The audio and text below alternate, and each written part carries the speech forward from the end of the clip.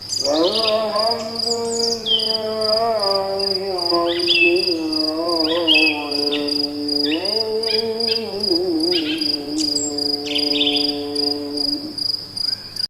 sudah rutin minum rimpang, jahe dan kunyit, tapi kaki saya kadang nyeri. Jadi ini gimana, Ustaz? Gimana apanya? Saya nggak tahu keadaan ibu sih, yang maksudnya bisa jadi ibu obesitas, ya, atau gemukan, kan saya nggak tahu, nggak lihat. Ya jadi ya banyak cara. Misalnya dalam kondisi kayak sekarang saya nggak tahu keadaannya, ya mungkin saran saya pergi ke kayak herbalis ya, atau terapis yang mungkin bisa melihat atau memeriksa ibu ya. Namun kalau mungkin secara gambaran umumnya ya, salah satu yang saya pakai pedoman itu biasanya adalah di mana ada sakit di situ kita bisa bekam. Jadi bekam atau berbekam adalah salah satu cara mengurangi nyeri ya. Itu by risetnya kayak begitu. Jadi misalkan nih kaki ya, ini kaki Anda. Terus daerah misalkan sini sakit nih misalkan ya, Anda bisa berbekam di daerah betisnya ya, betis ini kanan kiri itu bisa Anda bekam ya, tentunya dengan pembekam yang ahwat juga ya. Kemudian atau mungkin di daerah yang misalkan di telapak kaki ya, punggung kaki ini bisa juga Anda bekam, itu mungkin ya. Atau misalkan di tumit, misalkan ini misalkan ini tumit gitu kan, tumit ya, ini sakit ya, sekitar situ juga bisa dibekam. Nah itu gambaran umum, tapi saya nggak tahu maksudnya ini sakitnya karena apa. Dan tadi ya, mungkin kalau obesitas, maaf, mungkin yang perlu menurunkan berat badan. Wallahu a'lam. Lanjut ya, Ustaz.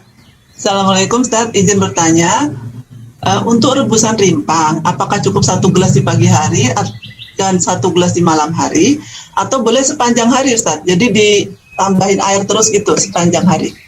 Gimana metodenya? Kalau saya sih lebih memilih untuk sekali minum habiskan saja sih ya. Maksudnya memang sih kalau ibu-ibu nanti coba buat ya, itu di rumah biasanya tuh 2 kali rebusan itu dia masih cukup normal lah warna. Tapi kalau sudah 3 kali kita ibarat kita refill gitu kan, kita rebus lagi, biasanya sudah tidak secerah warna yang pertama atau yang kedua. Ya kalau memang Anda sini mungkin 2 kali boleh, tapi kalau saya pribadi lebih memilih kalau memungkinkan 1 rebusan itu untuk sekali minum aja, itu lebih baik. Ya. Terus Ustadz, ini untuk pasangan suami istri yang sedang promil, boleh nggak minum kopi? Ya kalau dibilang boleh ya boleh aja. Siapa saya boleh melarang gitu. Maksud saya tuh ya tiba-tiba pengen siapa tuh Jalul Akbar melarang-larang kita minum kopi ya.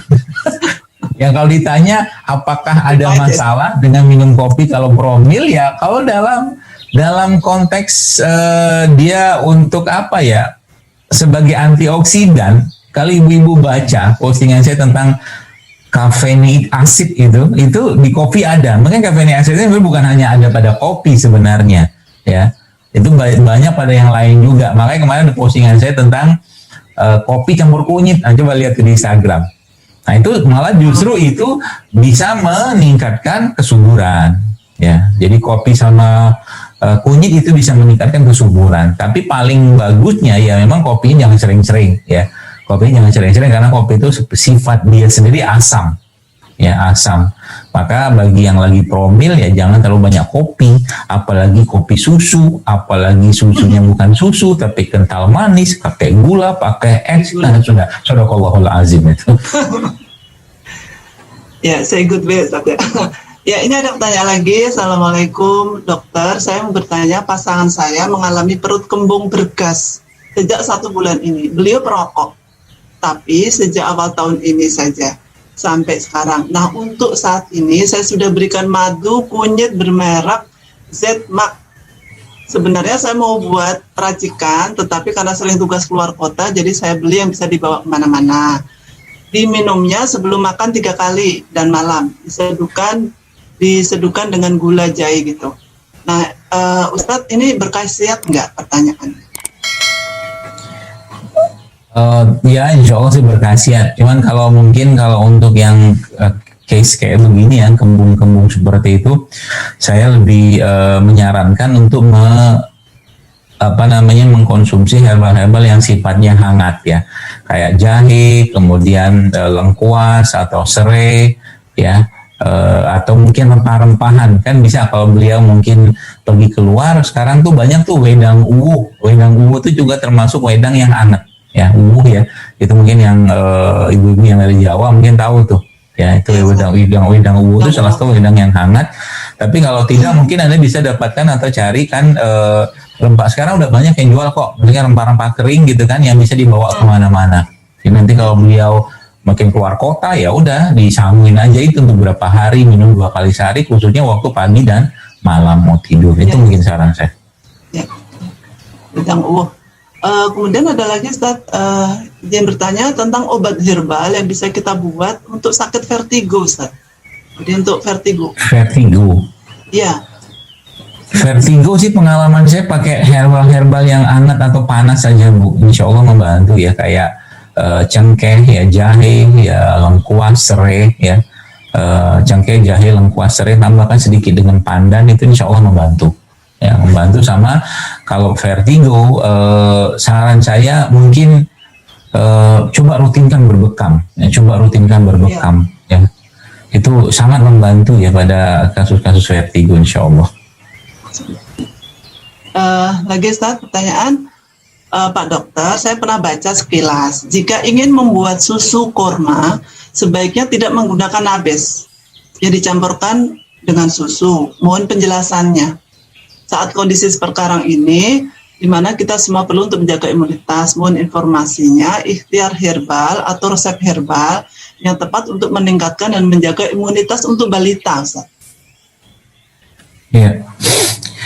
Iya baik, jadi sebenarnya kalau cerita tentang nabis ya atau air rendaman kurma itu ada beberapa hal yang mungkin kita perlu pahami ya, karena memang dalam proses ekstraksi suatu kan ekstraksi, jadi nabis itu atau mungkin kurma itu ketika direndam dalam air kan dia ekstraksi dia.